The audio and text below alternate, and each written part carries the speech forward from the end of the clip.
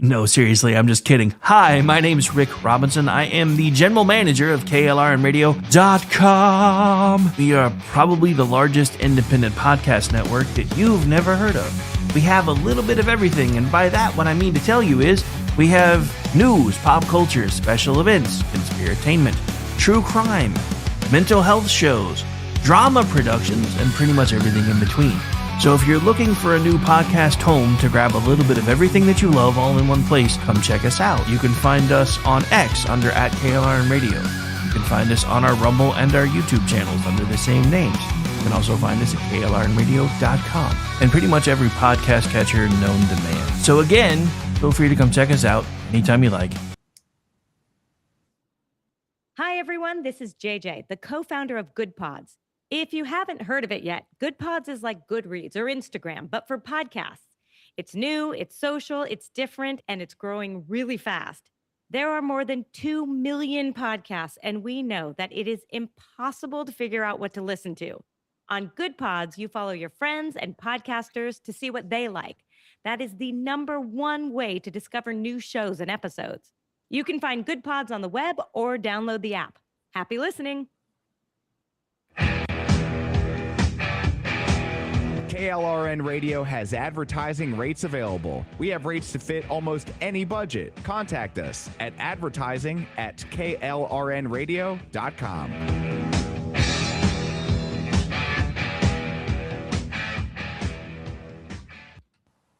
The following program contains coarse language and adult themes. Listener discretion is advised.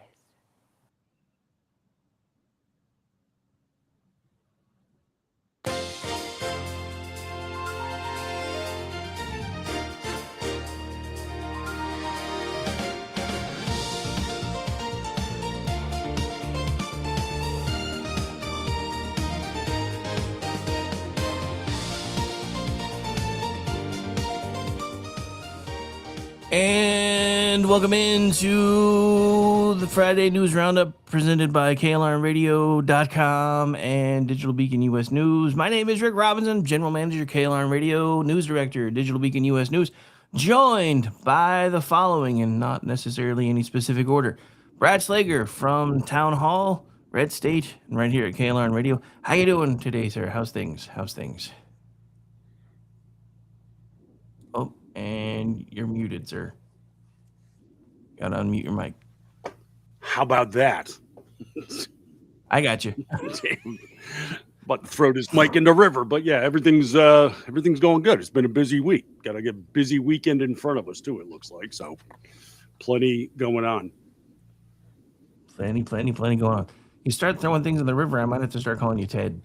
Well, go with you have to. And Amy Curtis from Town Hall, formerly with me with Twitchy, but she left us and went on to bigger and better things. And as I say almost every week, kicking butt over there. I only did one show this week because my weather issues and internet issues, but still talked about like 4 of your stories. So. Thank you so much. Yeah. Hi, everybody. Yeah, I can't believe it's Friday again already. This week has flown by. It's been a crazy one. And then joining us from SHR Media Land, none other than the bulbous one, your conservative Sherpa, BZ. Good afternoon, sir.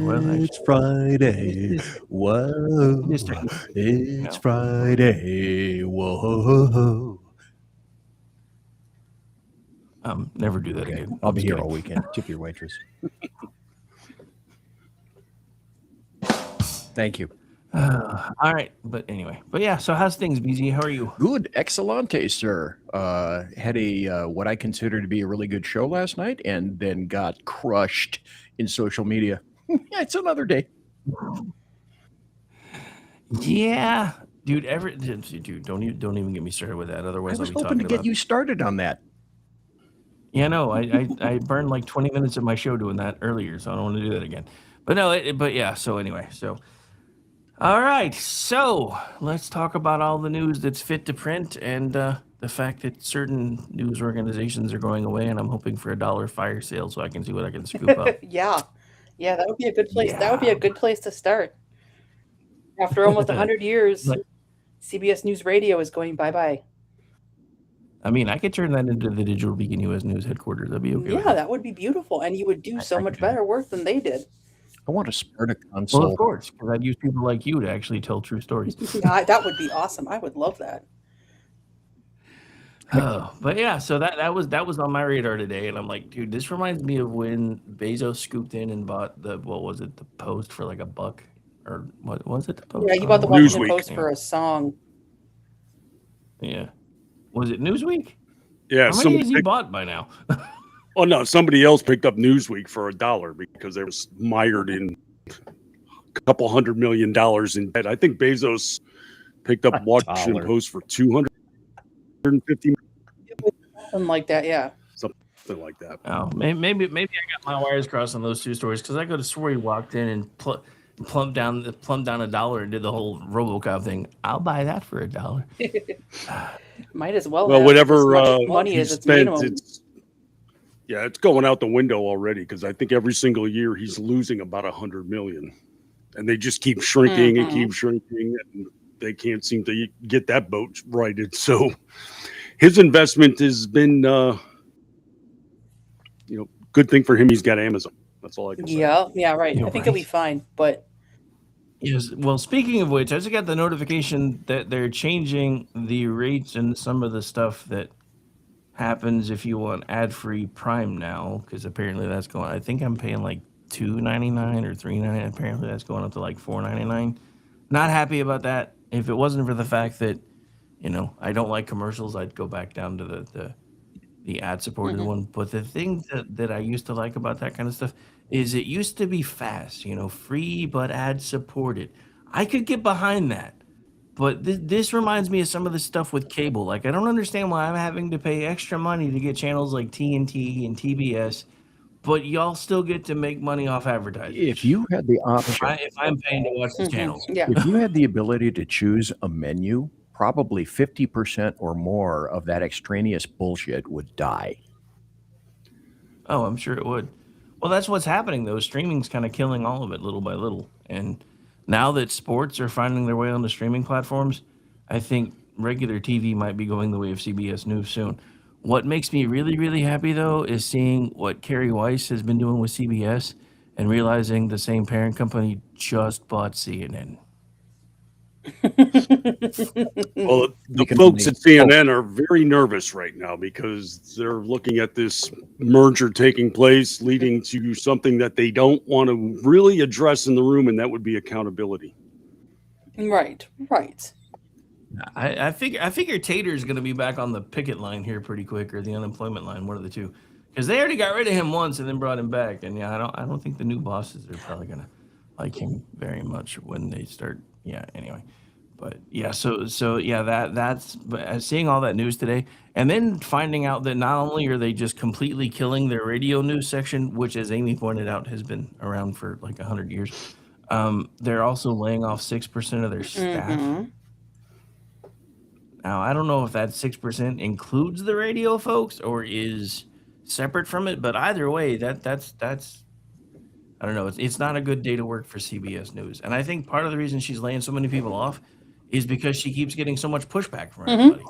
Because she keeps saying, "Look, I just want you to verify your stories before you run with them," and they're, "But we gotta get Trump." Yeah, no, not anymore. You gotta actually report the news. Yeah. I know that's a hard thing. Well, anymore, and not just report the news, but report it in a fairer and more balanced way. And they've literally said, we can't do that. Okay, then there's the door. We will find people who can, or we'll just do without you. Well, I mean, does it really surprise anybody that that's where we are?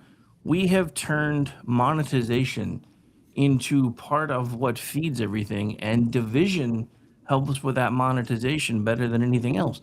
That's why you have all these people putting out stories with misleading headlines, and then they actually tell you the real truth 4 or 5 paragraphs in if you bother to read that long.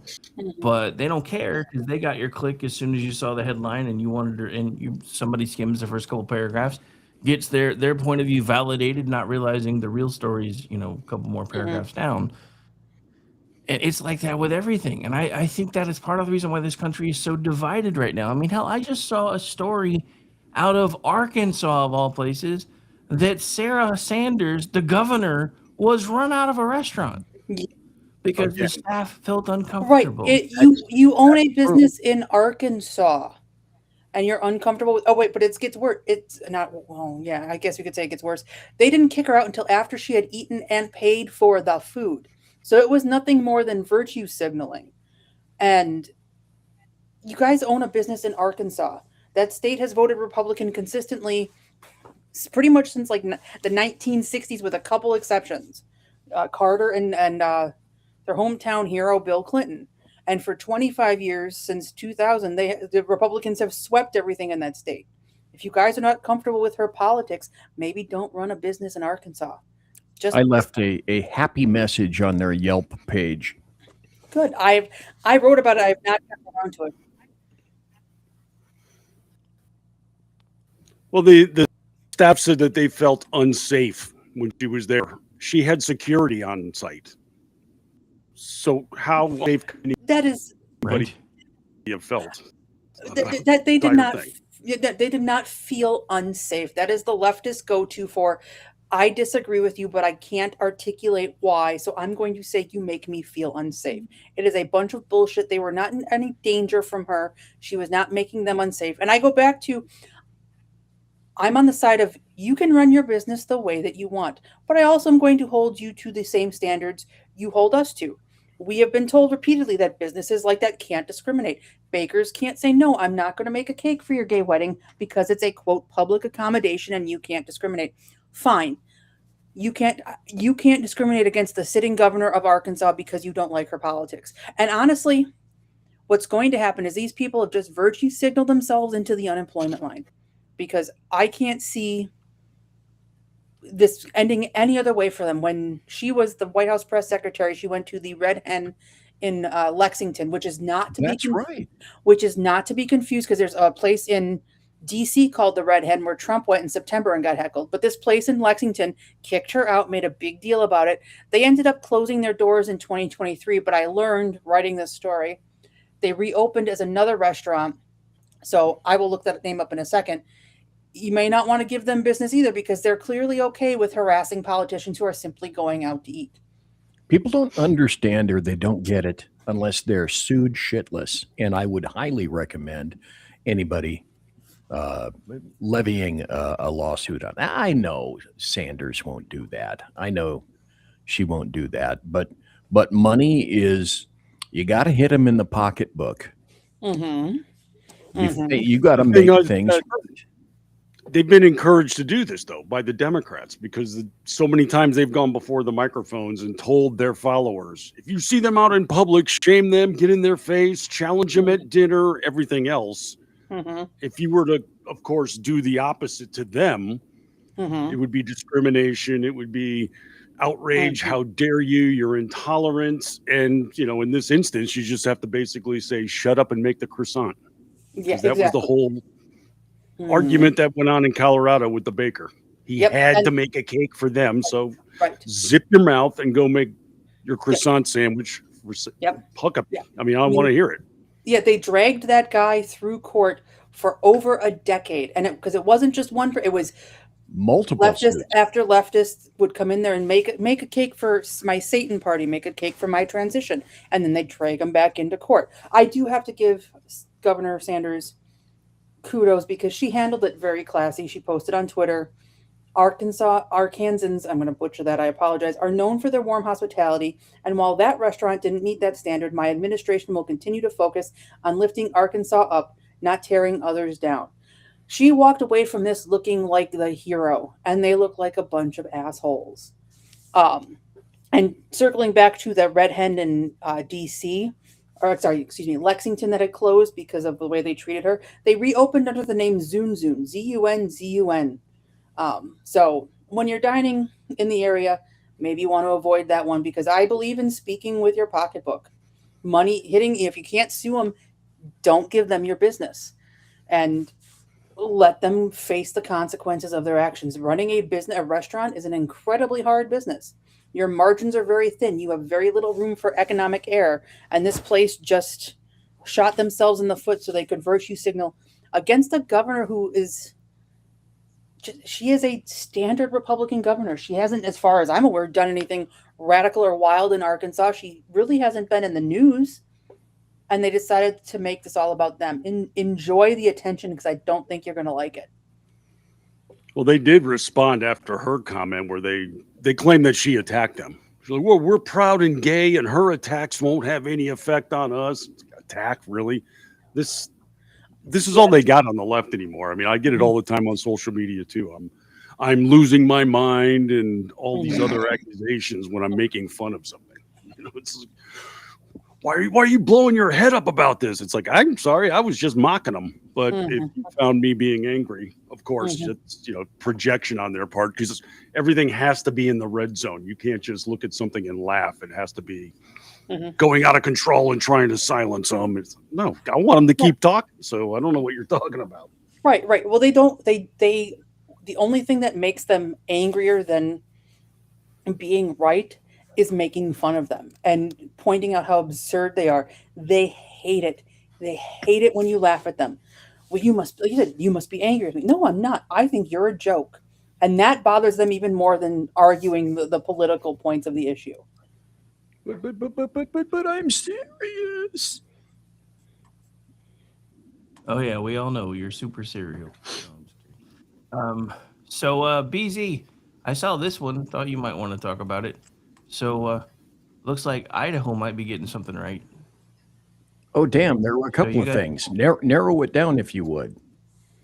Well, so it looks like you guys have a bill in the works that will require police to check immigration status after arrest. Oh yeah. Well, if you think you can escape the leftist clutches of everybody, Boise, I can remember 6 years ago, Boise was saying, Califaliurans, stay the hell home. We don't want you here. Well, Boise was red. Idaho is so weird. It's schizo. Boise was red. It's being pushed purple. There are certain enclaves around Idaho that are attempting to go purple. They're not there yet. Sandpoint, way north. Coeur d'Alene, well, you would expect Coeur d'Alene because it's kind of a resort town. They've got an insane damn mayor. But these are all great things. I mean, we went to the firing squad. I called that years ago. I called that the $3.75 solution, because that's all it takes to kill somebody with a good rifle. So they went to the firing squad, and then they went to, well, we're going to require that the sheriffs cooperate with ICE. I don't see anything particularly wrong with that, but there's pushback. There will always be pushback unless you're way up in the hills somewhere or the top of a mountain. There's pretty much nowhere you can go anymore where you won't be influenced or attempted influenced by massive leftists. And sadly, Idaho is no different. But mostly, it's still predominantly red. The problem with Idaho is the same with everywhere else. Republicans are too damn lazy to get out and muster the vote. It's no different here. I mean, we had a sheriff's race where, I don't know, it seemed like 75 people voted. And so the person that I wanted didn't get in. But I mean, most of the people, they stay home. If they're small races, they don't seem to much care. But I don't just love it here. I love it here. Brown chicken. But no, I mean, I saw that and I was like, ooh. But yeah, I know that's your neck of the woods, so I thought you might want to talk about that. Speaking of necks of the woods, I got to bring this up. Has anybody else thought of shipping some butt paste to Rand Paul? Oh, for crying out loud. Oh. What a whiny little bitch. I'm sorry. Jesus. Shut up. Sorry. Honest to goodness. Could he have acted any more childish this week? I get it. You didn't like what Mullen said about you. And what happened to Rand Paul was absolutely wrong. But you know who was even more vile about his beatdown at the hands of his neighbors? The leftists who he tried to hand a win to this week. So talk about shooting yourself in the foot. Come on. Yeah, Rand Paul got his ass kicked. That's great. Yeah, they thought it was a big joke. And I guess, I don't know exactly what Mullen said, but I guess he made a flippant remark about it. Okay, fine. That was not his best moment, but seriously, the left wanted you dead, Senator Paul. Maybe put that into perspective Well, a little bit, because you seem a heck of a lot nicer to them than you are to the people who are you're supposedly on the same side as. well, I don't know about Kentuckians, but Oklahomans, we talk shit to the people we like. Mm-hmm. So I think Mullen might have been just trying to do the usual banter bullshit. Maybe I don't. It's been so long I don't remember the tone of voice that he used. But I said this today. Some of the people that have become my lifelong friends, we started out hating Mm-hmm. each other because we actually shit talked each other so much that eventually Mm-hmm. we got pissed off about it until we got Yeah. over it, and then we got past it. And now we're like best Oh, friends and we talk all the yeah. time. That's That's go ahead. I mean, I can't say anything for Kentuckians, but I know in Oklahoma that's just kind of how things are, especially dudes. I mean, if you cross the line with a dude, eventually what'll happen is we'll just knock the shit out of each other until we get it out of our system, and we'll have a beer together. So Mm-hmm. Rand Paul, especially the thing with Rand Paul is, even if I was that pissed off with somebody, I would never whine to them publicly. If I'm gonna sound like a whiny little bitch, I'm gonna try to do that as much as possible behind closed doors. So then, Mm-hmm. if I have to wind up knocking somebody's dick in the dirt, at least it doesn't happen where It everybody can wouldn't see give it. them the satisfaction. Right. Well, that's the thing. I mean, why would you do that in a hearing setting where you know it's going to be clipped? You know everybody's going to talk Mm-hmm. about it, and then I mean, every talking head in Oklahoma has been making fun of Rand Paul now for days, Mm-hmm. and Mm-hmm. I thought of it today. I was like, dude, if I thought it would make it to him, I would ship him a crate of blood paste. That See, says this more is about what him we than it always does tell. about Mullen. This is why kids need to get into sports. If you play football, Mm-hmm. especially if you play hockey, you're going to learn to take it. Because if somebody trash talks you, if they're chirping on the ice, if they're even picking a fight with you, you don't sit there and whine about it, because guess what? The rest of Mm-hmm. your team is going to be jumping on your ass. So you got to learn to just toughen it up. But this is where we're at politically anymore. The left is always sensitive, use the wrong word, you attacked me, I feel unsafe, all this nonsense. Where in a case like this, if Mullen said something to you in public, you Mm-hmm. respond with the same amount of venom, or you make fun of the guy and move on. You mock them, you reduce them, fight back. What you sit there and whine about it. I don't know why you're so mean. Why are you coming after me? It Right. makes you look like a sniveling little wimp. And what the hell are you doing in DC? Because that's Right. the last place you should be. Well, I think you're absolutely right, and I think that brings up a bigger problem that I have with Rand Paul, who I like his issues. I agree with him on a lot of things, but he can talk a good game. There's never any follow through. Like, all of his ideas never come to fruition. There's never a push to actually enact some of his policies, which are really good. So I feel like he's just all hat, no cattle. And it gets very, very frustrating. It's all performative. And I would prefer somebody who actually gets stuff done, even if they're a little rough around the edges. Well, I mean that's just it for me. Is Rand Paul and Thomas Massey both support themselves as a libertarian. There was a time the Libertarian Party was the rough and tumble party of the three. Mm-hmm. They were the ones that were willing to get down in the dirt, willing to throw punches, throw elbows, whatever they needed to do. And then at some point, they just became another offshoot of the liberal leftist lunatics. Mm-hmm. Well, part of the Which is problem why is the I'm libertarians could never actually agree on what they stand for. I mean, you could talk to two libertarians and get completely different viewpoints. You could speak to five libertarians and you're going to get five viewpoints. Mm-hmm. They don't know how to coalesce any of their talking points or any of their supposed foundational standards. So, I mean, I appreciate them at times, but it's like, try to get a little bit of messaging going, because you're really not conveying anything as far as what your title means.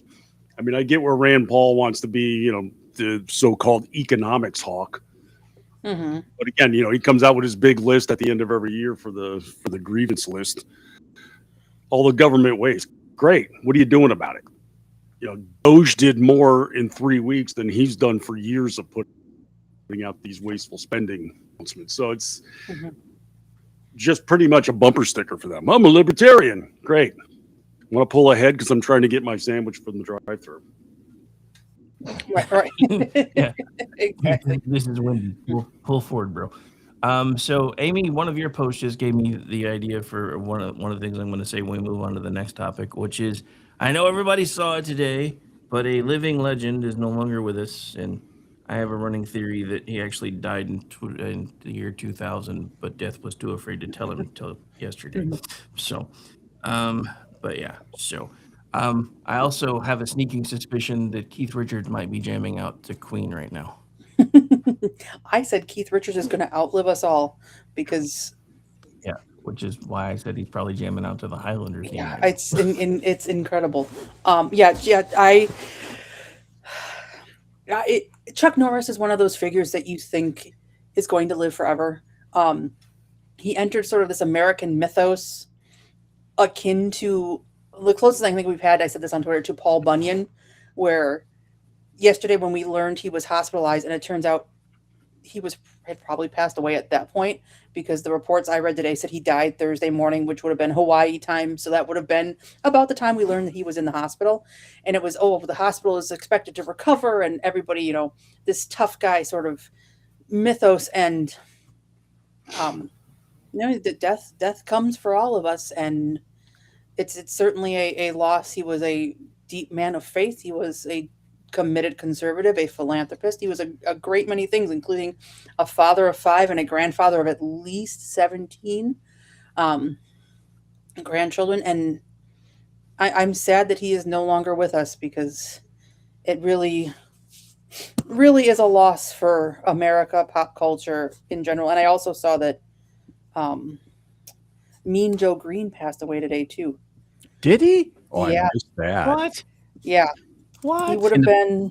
Dude, what is this group? Remember when groups of 3 would last for like a month? No, it's just like boom, boom, boom. Yeah, usually we get It was always about a week of those. It'd be, all right, who's next? Come tomorrow, that kind of thing. I went to check his birthday. Hang on. We're going to retract that, because TMZ and people are both reporting he has not, in fact, passed away. The family said the rumors were false. Even though the Steelers had apparently posted that he passed away. I feel better. How exactly does a rumor like that even begin? Like somebody arbitrarily wakes up and says, I'm going to pass off Mean Joe Green is dying today. What end?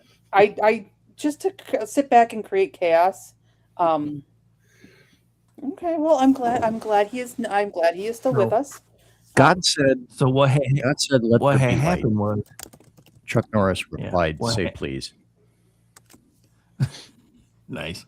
So yeah, what had happened was somebody woke up and chose shenanigans. I swear to God, I'll pistol whip the next guy that says shenanigans. What's the name of that place with the shit on the wall and the mozzarella sticks? You mean shenanigans? Oh, I do got to give a hat tip though to our good friend Gordo Cranky over at Twitchy with his headline: Chuck Norris walks through the valley of the shadow of death and is not afraid. Amen. Well done, son. Chuck Norris got mad at dinosaurs just once. Only once. Only one. because that was all it took. Those jokes will never, ever, ever get old. Little kids like to wear Superman underwear. Superman likes to wear Chuck Norris underwear. Yeah.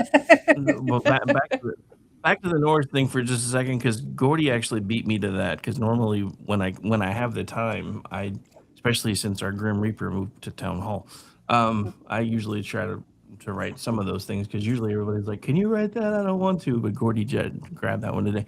Funny thing is, we were gonna have a very similar headline. Mine was going to be Chuck Norris enters the valley of the shadow of death, shadow flees. That's Yep. exactly. Yeah, I kept it a little more straight over at Town Hall, but I wanted to have so much fun with that because the jokes write themselves, and they're always respectful and affectionate, and yeah, that one. And it was funny because I learned about it. I had 4 different people call me to tell me Chuck Norris had died. In case you're wondering the cultural impact this man had. And because not all of them know that I'm like the resident obituary writer for Town Hall and Twitchy. They just wanted me to know that Chuck Norris had died, and they were all shocked. So I said God wanted a rematch between Chuck Norris and Bruce Lee in heaven. Yeah, that's where he got his start with Bruce Lee. And I did not know. I learned in writing the obit. One of his karate studios had Bob Barker, two of the Osmonds, Donnie and Marie, and Steve McQueen as clients. Wow. I know. It was such an interesting story that I did not know. And what an interesting, fascinating life he had. No lie there. Okay, well, I'm officially gonna have to take a second because after reading this, somebody's cutting some onions in my studio, and since I've seen it, I now have to share it with the rest of you. Okay. 'Cause that's pretty cool.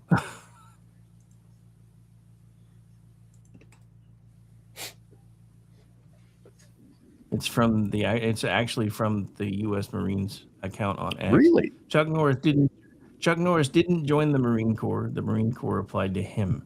Heaven streets have always been guarded by Marines. Today, Chuck Norris reported for duty. And it goes on from there, but I can't read anymore because of the damn onions.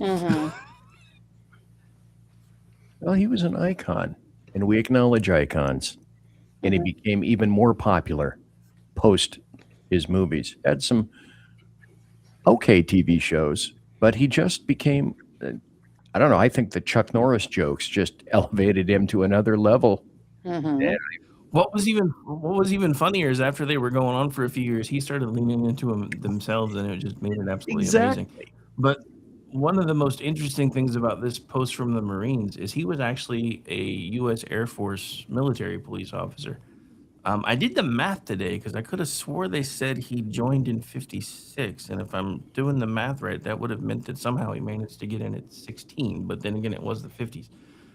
So apparently that's why they said he didn't join the Marine Corps. We applied to him because they made him an honorary Marine in 2007. Really? That's great. Yeah, apparently he's one of just about 100 individuals to be awarded the title of an honorary Marine in the entire 250-year history of the Corps. So that's pretty cool. That is really a great honor. I read that post too, and yeah, someone needs to stop cutting onions because right, getting a little dusty in here. Hey, we got a repost from Sister Dolja. Woohoo! Yay! She and I share a birthday. I love that. Yeah. Oh. Wait, you guys are birthday buddies? We are That's birthday buddies. Yes, we are. When I worked for OU, I had 3 other people in the office when I first started that we all had the same birthday. So it was always this big thing where everybody made a big deal because there were like 4 of us on the same day. And then they started retiring. I think I was the next to last one when I took early retirement. I think the other one's still there. All right. But yeah, so. Hey, Brad. Yeah, Stacy's my media assistant. Which one? Stacy's your what? Oh, You're over at Red State. Nice. We gang up together. I was curious about this. So, the thing about the Florida governor, who's popular with the press. Oh, that's freaking nonsense, I tell you. Yeah, I was going to spring that one as my baby of the week, but we can get into that one. Okay, That's, sorry. Big No, fine. Sorry. No, there's Mr. Fishback is his name. He's running for the governorship allegedly, and the freaking press just loves to highlight this guy, come down here and make it seem like, he's platforming racism in the Republican Party. Nobody down here gives a rat's ass about this guy. I mean, he just like, we have no shortage of whack job candidates every single election. So it's like we don't even pause when something like this guy comes rolling around. And the media keeps trying to insist that, he's getting traction with the young male voters out there. And my favorite, I think, was the New York Times. They went to an event that he was speaking at. Oh, and there was a massive crowd there. It was 100 people. And so it was mostly young guys, Many I spoke to are still in high school. So not voters is what you're telling us. Right. Got it. Brilliant. There. And Mhm. so while they're trying to call us racist, leading in the polls, not just slightly or largely, but just like it's not even a contest, Byron Donalds. Mhm. Who, by So all he's- accounts, I think is a pretty good dude.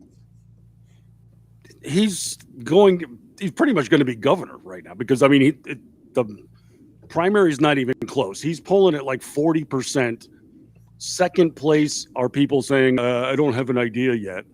And then everybody else is behind that. Mhm. So the nominee, and then every poll right now shows him against any viable Democrat, and he's beating them all by like 8-9%. So it's, All right. you know, There you go.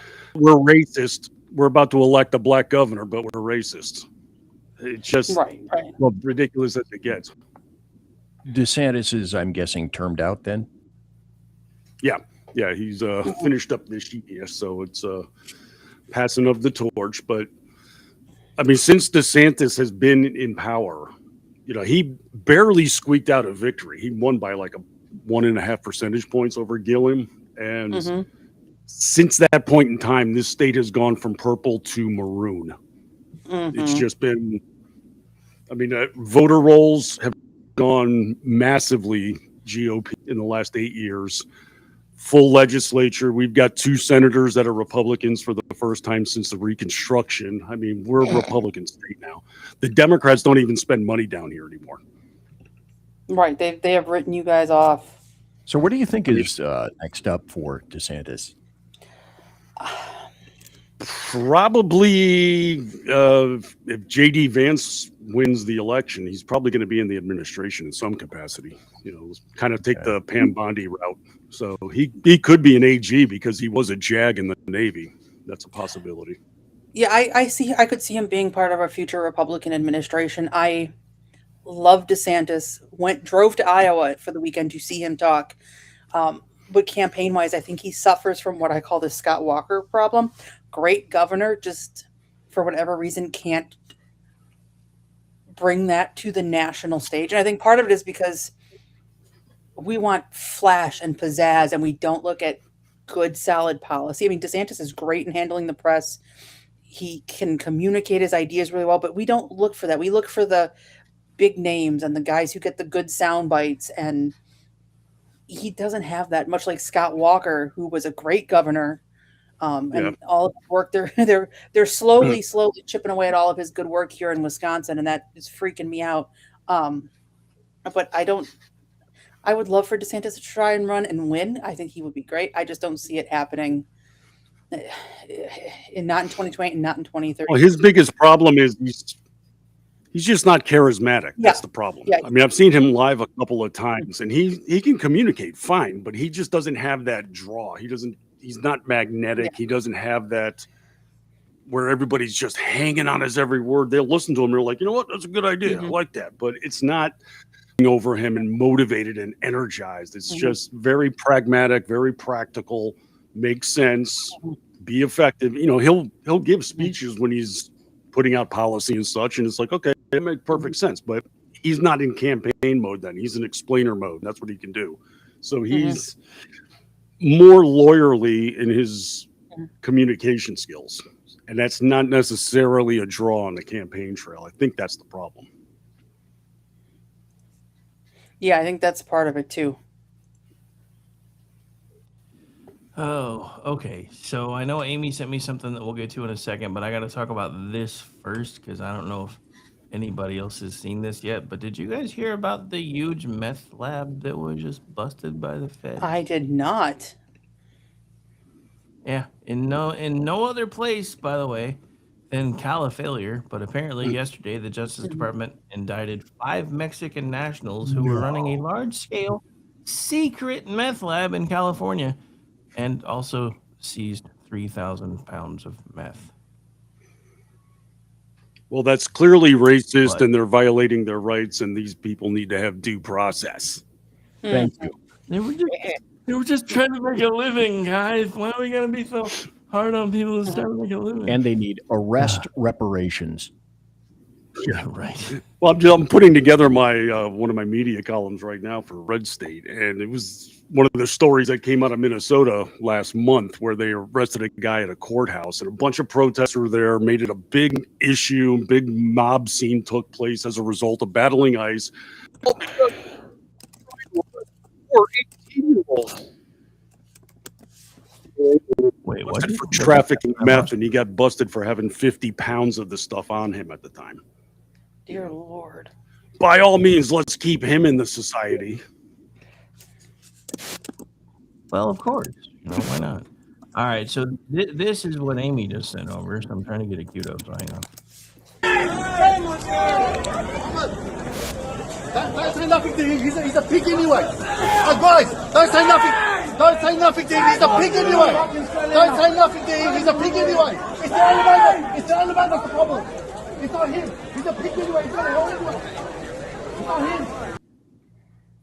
All right, so in case anybody can't make out what that is, that's actually the Prime Minister of Australia walking through a Muslim community and being called a pig. Yeah, Wonderful. he was at a mosque trying to appease these people, and they were attacking him. I wrote about it for Town Hall. You can find it over on my page there.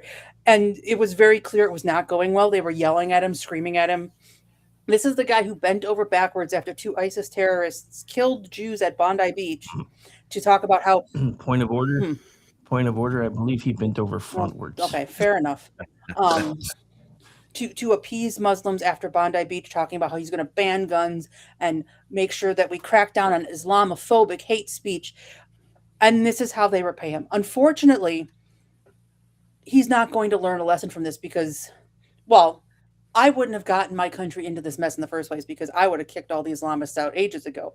But instead of admitting, hey, maybe letting these invaders who don't share our values and hate our guts come to this country without restriction was a bad idea, and turn around and start deporting them like tomorrow, he's going to double and triple down on trying to appease these monsters. So good luck, Australia. I think of when I was in Greece last summer. For whatever reason, Greece and Australia have a very close relationship. So a lot of the people who were there visiting were from Australia. It was the summer, which is their winter, wanted to get away to a nicer climate.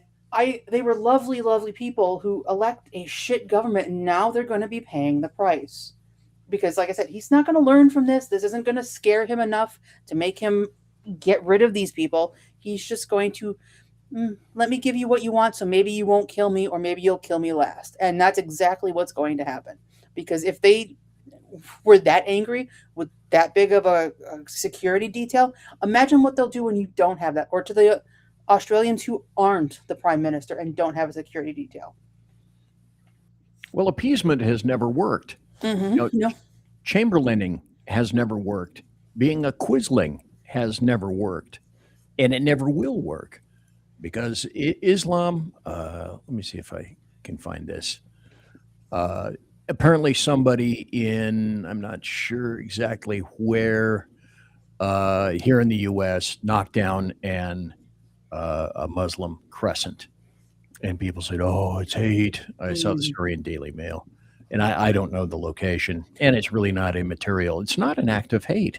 It's an act of wisdom.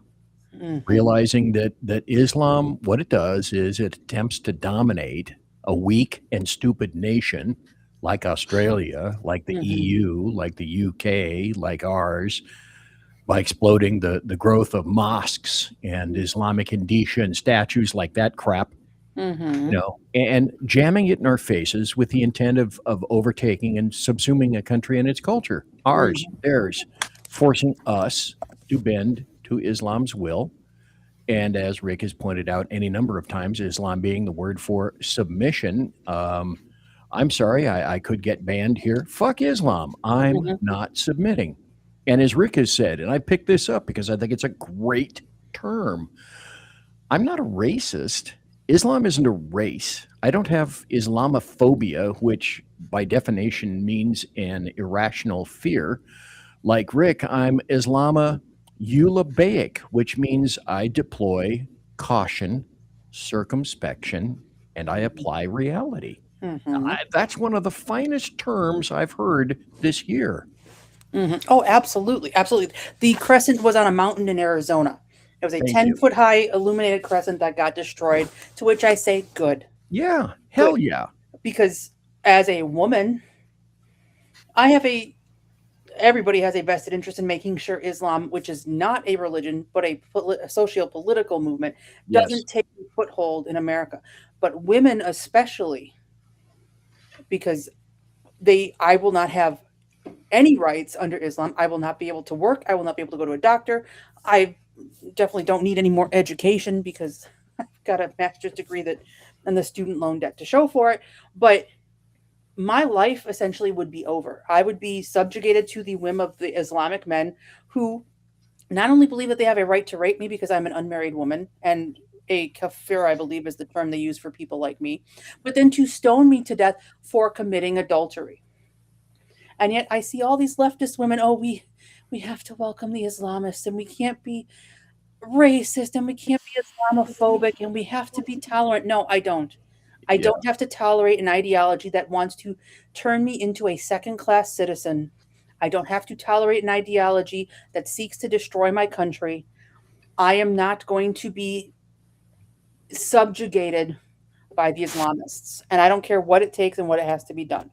And I have no qualms with what happened in Arizona, especially after all these years of we have to take down Confederate statues because they're racist and bigoted, and we can't have that in our country anymore. Okay, well, guess what? We can't have this foreign invasion either. Dude, they whitewashed the top of the General Lee. That still pisses me off. But I have two things to say on this subject.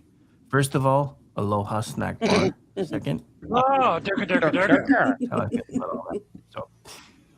so I have another clip lined up. It's a bit of a long one, and I'm going to save this one as a surprise because I haven't heard it yet, but I read the captions, so this could be interesting. Where did it go? Is it going to load? There it goes. All right, and it is from, as I aptly call them now, Correction News Network. So Trump could soon force banks to take part in an immigration crackdown. What I mean by that is sources tell CNN the administration is considering requiring financial institutions to collect and verify their customers' citizenship status, something banks aren't currently required to do. One source says the new policy could come through an executive order. CNN's Matt Egan is following this story for us. So, Matt, what are you learning about how banks are responding to this possibility? Yeah, well, Omar, this does appear to be part of the Trump administration's aggressive immigration crackdown. Sources. Okay, this is not part of the story, but whoever did this dude's makeup hates him. Yeah. What the fuck? What is wrong with that faces? Those look like Pelosi eyebrows.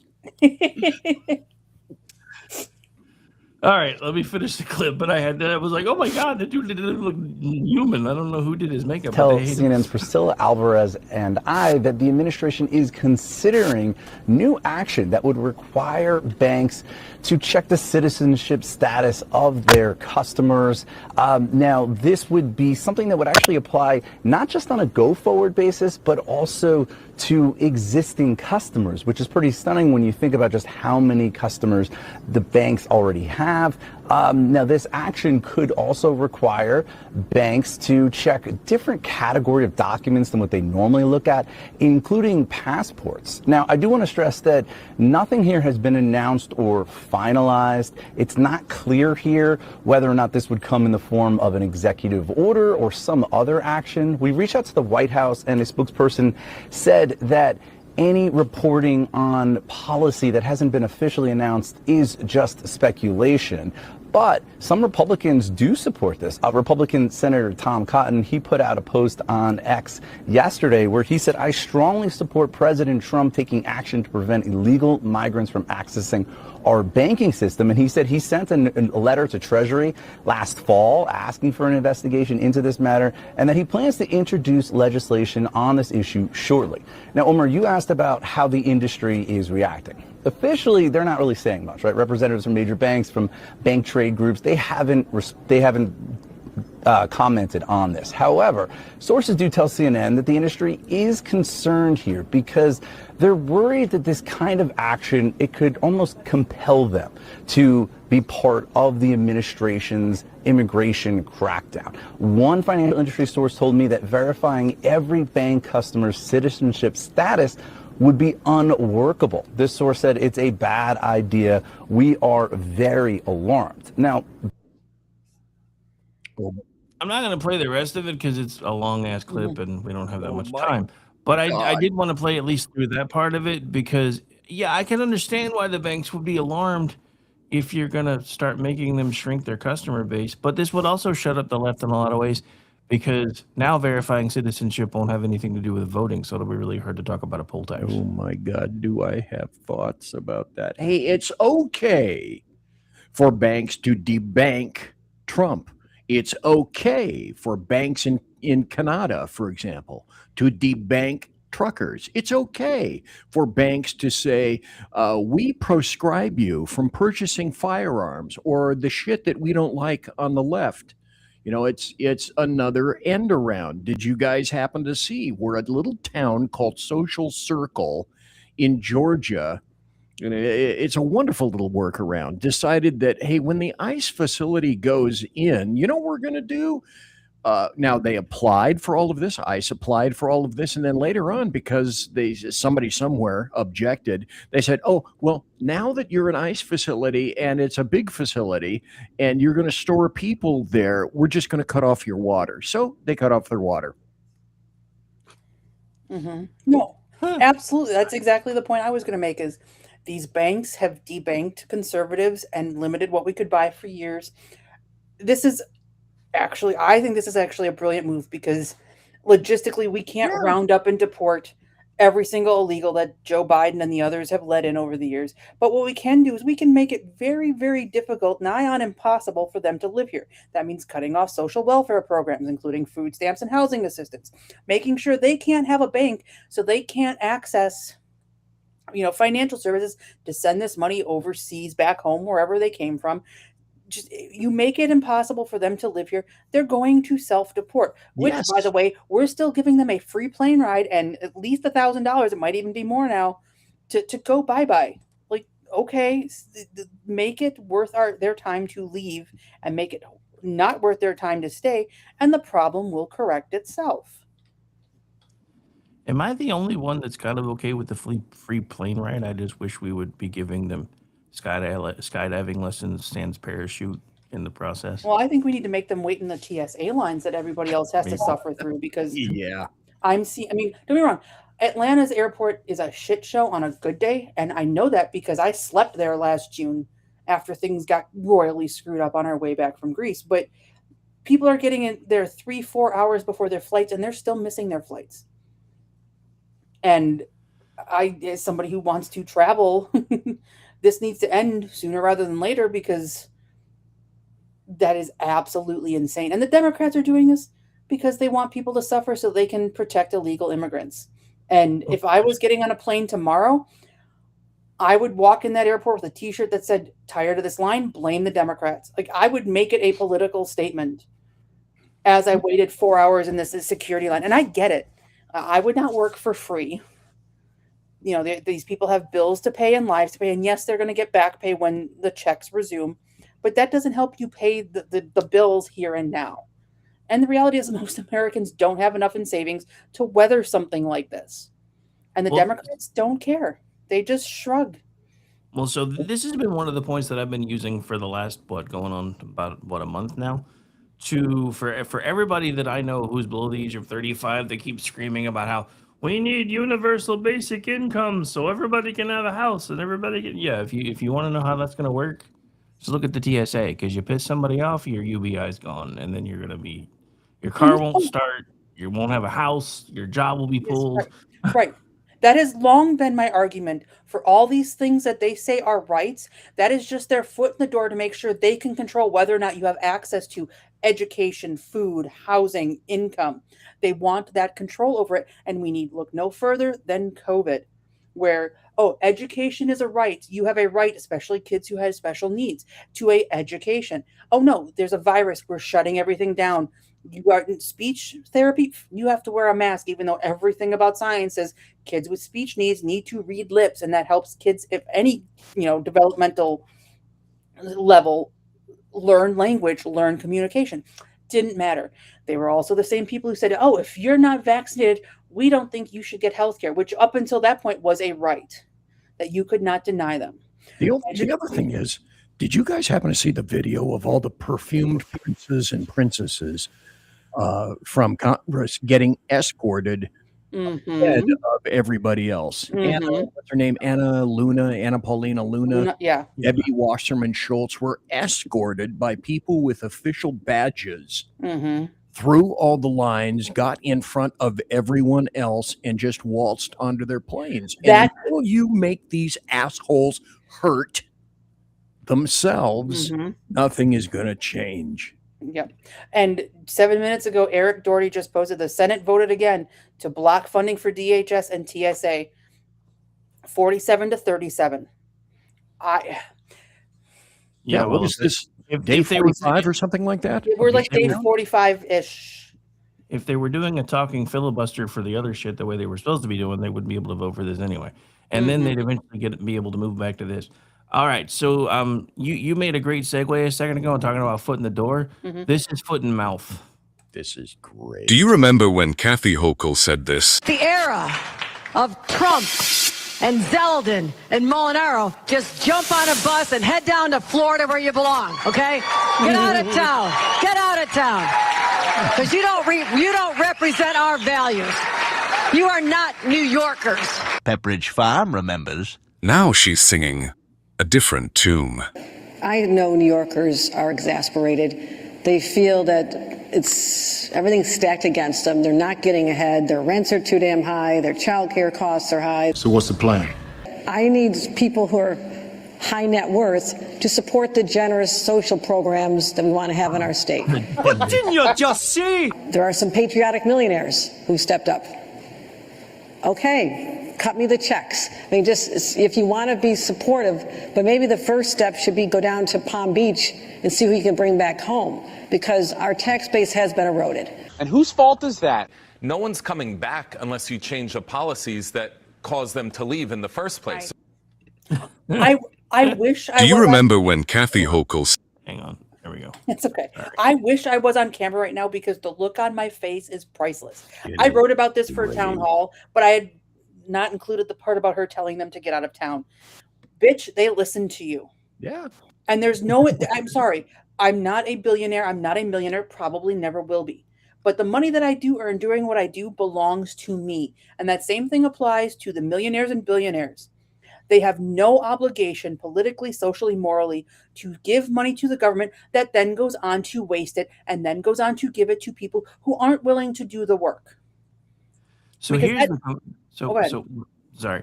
But here's the completely outlandish thing, because backing up to what she said a second ago about how she needs millionaires and billionaires to come back to fund their generous social programs. Anybody know the dollar amount they're currently spending per person per year on the homeless?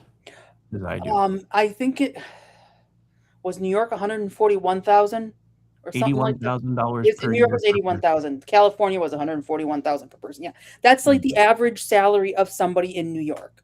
Yeah. So at this point, you might as well just hand them the money so they can not be homeless and go buy food instead of paying other people millions of dollars a year to hide the money and not fix it. Right. Well, no, it's the homeless industrial complex. They have no interest in fixing it because if they did, what they would do is they would institute policies that mandated sobriety treatment, mandated mental health treatment, including medication, and put these people in facilities by mandate where they were treated and kept safe. But they don't want to do that. Instead, guys like Hochul and Mondami just let them freeze to death on the streets of New York City because it's more compassionate to let them die of hypothermia than it is to force them to be in a residential facility getting treatment.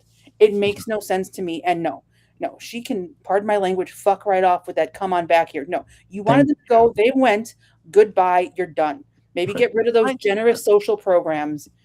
Well, that's exactly like Gavin Newsom saying the same shit, and then, well, since everybody's leaving, we're gonna try to tax you for the first year that you're gone anyway. You're gonna try. No, what now? Yeah, that's not going to pass constitutional muster. They no longer owe you.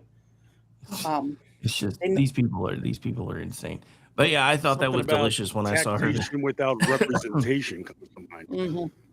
Oh, right, exactly. And if they and that'll be ruled unconstitutional, so they are going to find other ways. I wrote about this for Town Hall. Washington State is now requiring a county in Washington, and it's going to go statewide eventually. You have to get an energy score on your home before you are allowed to list it, so that you have to pay for a private inspector to come in to tell you your insulation is up to ecological environmentalist code, your windows, your electrical system. And if it's not, you either have to make these expensive repairs or you can't sell your house. That's going to tank the housing market, and it's going to make it very hard for the middle and low income people to flee these blue cities because they aren't going to be able to sell their house. I think it's great. Washington, that's awesome. Stay the fuck out of Idaho. Right. But well, and part of it is you people voted for these idiots. You get what you vote for, and sometimes you get it good and hard. Thank you. And the dildo of consequences rarely arrives lubed. Maybe learn not to vote for Democrats. No, it arrives sprinkled with sand. Honestly, gun to my head, I will never vote for another Democrat in my entire life. Just absolutely. I'm even getting to the point where unless it's something completely major, I'm going to stop publicly saying bad things about Trump at this point, because all you do is give them ammunition when you do that. I'm going to handle that shit behind closed doors the way they do, I think. I mean, unless it's something major, like if 6 months from now we're like seriously boots on the ground in Iran, then I might be. Mm-hmm. But yeah, as far as some of the little stuff, I'm just like, you know what? We knew what we were voting for. We can, and I know BZ's going to disagree with me about this last point, and then we got to start doing the stories of the week stuff. But the thing with the prime minister of Japan, because I know a lot of folks were like clutching pearls over that, and I know it actually made BZ mad because I listened to a show last night. And I talked about this today, I saw some of the footage before she sat down with him, and I saw what her sense of humor was like. And if you understand Japanese culture, if he had pissed her off, she would have been staring at her shoes, because they won't make eye contact with you when they're mad. Mm-hmm. But she was looking directly at the reporter who was stupid enough to ask the question and giving him daggers of death. So was it a joke that I probably wouldn't have made if I was sitting there? Yeah, I'm going to say I wouldn't have crossed that line. But when a Japanese reporter is dumb enough to say, why didn't you tell us? Well, why didn't you tell me about this? Mm-hmm. I'm flippant enough. It might have come out. I'm just saying. Mm-hmm. Placed in that context, I understand. My point was that it would probably be better form to not try to piss off the people that are doing their level best to eject illegals and Islam out of Japan. The only PM I've ever seen apply that kind of logic. Mm-hmm. Right. Well, the Japanese. Well, at the same time, though, if she's kicking them out of there, they're probably just going to try to come here. So, maybe. I'm sure China would love them. Oh yeah, China will. Yeah, China's so xenophobic. They won't let anybody in. That's why they're going after Taiwan. Mm-hmm. Yeah. Anyway. Yeah, and the Muslims that are there, the Uyghurs, they put in concentration camps. Okay, so thanks, Rick. I get it. Yeah, it like Rick said, when you vote for Trump, you know what you're getting, and it's just one of those things. I know what I'm getting, and I'll be honest, it's one of those things I had to make adjustments for, because I could not vote for him in 2016 because of some of those very same things that he said. Mm-hmm. Like first time I ever got credits to go to CPAC, I'm sitting in one of the grand halls watching a debate on a big screen, and he's doing the best impersonation of Mojo Jojo I've ever heard a politician do. The military will do these things that I have told them to do because I am POTUS, mwahaha. And I'm like, dude, I'm not voting for this guy. He's like talking about telling the military to go kick in doors and they're not going to have a choice. And that was one of the first things that got me. I was like, yep, nope. And then I literally was never Trump until he got voted in. And then I'm like, okay, I can't be never Trump anymore, because now I'm voting for the guy that's flying the plane to crashes into a mountain. Can't do that. Never done that. Not with anybody. Not going to do it now. And then eventually I have a lot of friends from New York, and they're like, you don't understand. With as much as you talk and hang out with us, we can't understand why you don't understand why he's the way that he is. And I'm like, okay, fine. Point seated. Fuck. Right. And I was in a similar boat in 2016 where I didn't vote for him because I didn't think he was going to be a good president. I thought we were going to be in trouble. And I was mad because at the time I thought he was handing the presidency to one of the worst people to ever exist, Hillary Clinton. I was wrong. I admit that I was wrong. And while I don't agree with everything he does, and I wish there were things he did better, voted for him in 2020 and voted for him in 2024 because A, the alternatives were worse, and B, because all the people who were telling me I couldn't, it was a giant middle finger to all of them.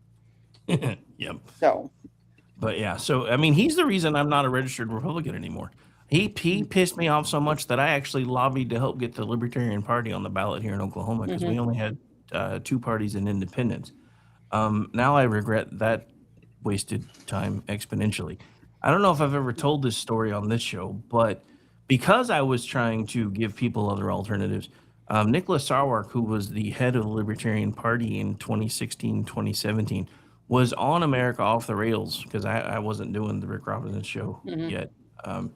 Like 4 times. And in the middle of the mid-break, on the 4th time, he said, just so you know, we're not really looking for disaffected GOP members to join our party. Like, okay, cool. We'll finish this next segment, and then you and I will never talk again. Seriously. Bye-bye. Yeah, bye. Okay. Bye, Felicia. But yeah, I really thought the Libertarians might have been something useful, and yeah, they've just become that which they despised. So... which for the most part has happened to the Republicans too, which is why they don't like Trump. I mean, you hear it all the time from people that are on the inside. They're like, they'll say all the nice things to Trump's face and in front of cameras, and then they get behind closed doors and start talking a bunch of shit.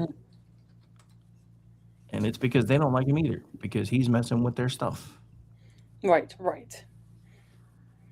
All right. So anyway, because I have been up for going on now 11 hours and still have more work to do and want to try to take at least a little bit of a break, we're going to move on to the final segment of the show. But before I do that, I do want to give anybody a chance to, and I'll go around the group to pick up any final thoughts or things that maybe were left unsaid during some of the stuff that we talked about. And I will start with Amy, and then once you've finished that off, go ahead and tell us whatever your favorite stories of the week are, if you have anything you want to add. No, I think I said everything I wanted to say. My favorite story of the week will be over on Town Hall. It was Jillian Michaels, who absolutely schooled a body positivity activist, which there's been a shift if you've been paying attention.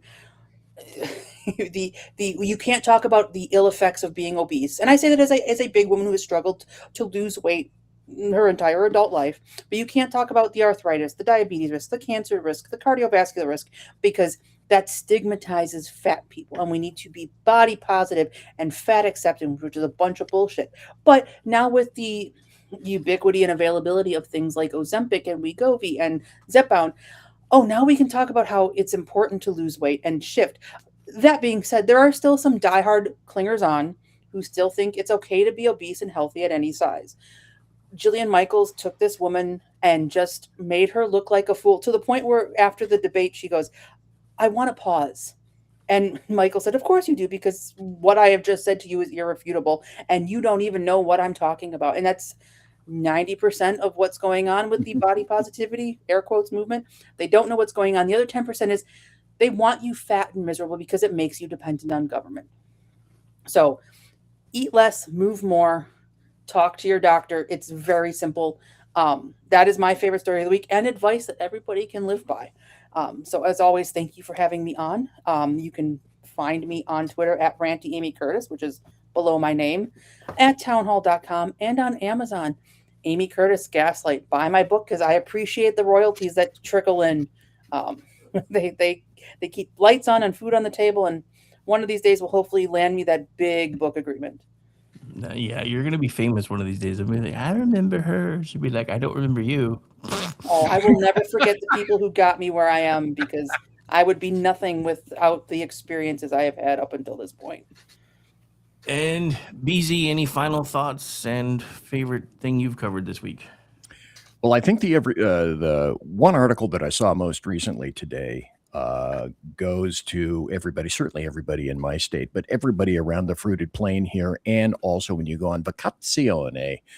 Defiant Iran declares the world is now a target, recreational and tourist sites included. So head on a swivel, eyes open, stage orange, and no matter where you are, no matter what you do, one word, carry. And also, I'm BZ, BZ's Berserk Bobcat Saloon radio show. I was on last night, every Tuesday and Thursday night, 8 p.m. Pacific, 10 p.m. Central, 11 p.m. Eastern. I am your conservative Sherpa, Sir Rick. Thank you for having me on today. No taxing the Rick, sir. Never tax the Rick. All right. And Brad, what you got for us today? Well, if I'm going to throw in at the last minute, I'll just, to get back on the sympathy that everybody's got in the media for the Muslims and the Islamics.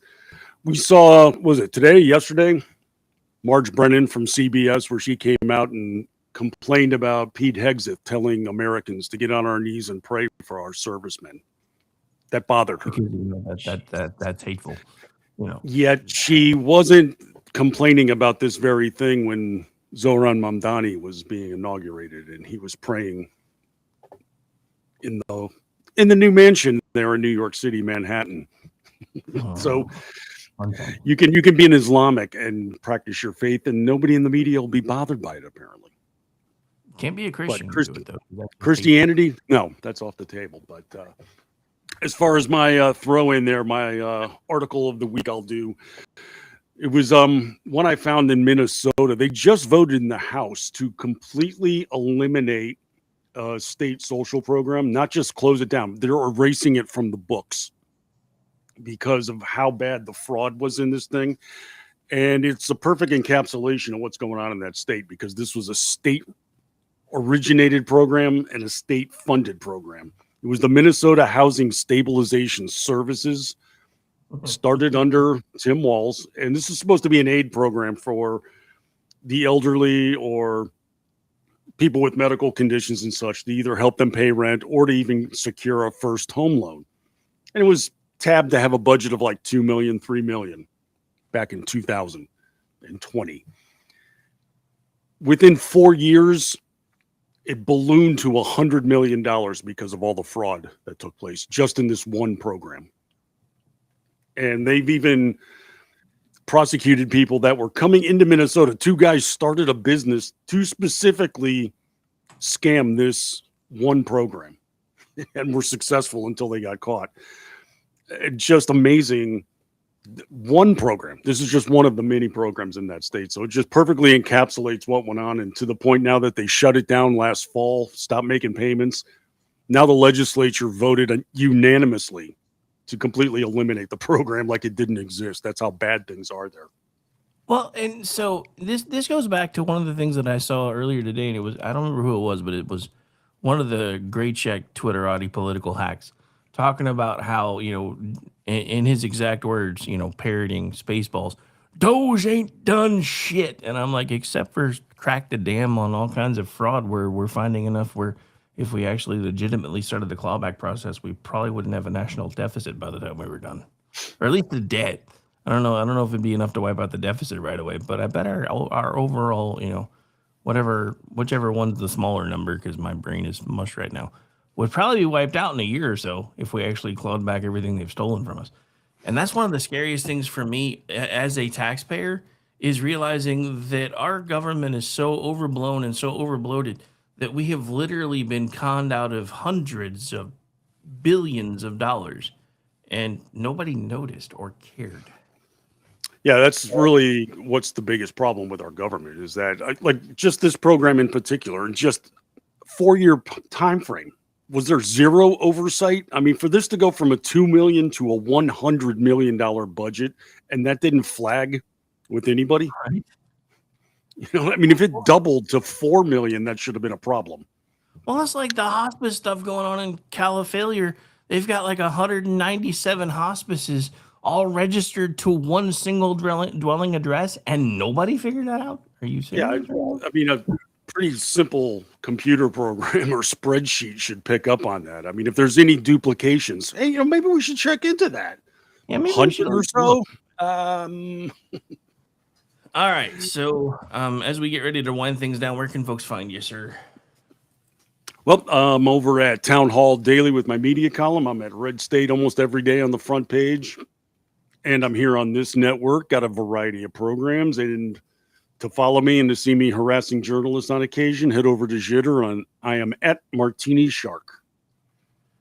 All right. Well, folks, that's going to do it for this particular edition of the Weekend News Roundup. Again, I am Rick Robinson. Remember, I'll be able to pronounce my own name. General Manager, KLRMradio.com, News Director, Digital Beacon US News. Hey, Ms. Weiss, again, if you're looking to sell cheap, I know a news agency that would love to pick up some of your digs, at least as a start. So, just saying. All right, that's going to do it for this one. I'll be back later tonight for He Said, She Said with the lovely Aggie Regan.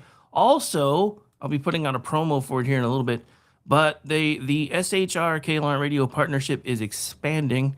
Beer and Bullstein, one of their newest offerings, will be joining our lineup tonight, live and simulcast at, I believe, I don't remember if it's 7, I think it's 7 Central, but I'll double check. Either way, I know it'll be done before Aggie and I start. I think it was 6 Central, I think. 7 Eastern, 6 Central, because I was like making sure it was going to be done before Aggie and I start. But I'll double check that, because either way, I know it can run tomorrow night. I'm not so sure about tonight, because I have to go back and look at the stuff now. Because did I mention I'm sleep deprived? Because I was afraid I was going to sleep through my first show. It's been a week. What can I say? Bye, everybody, and thank you for hanging out with us on your Friday. Hopefully we have prepared you for the weekend. And if not, buy booze. That always helps. Bye.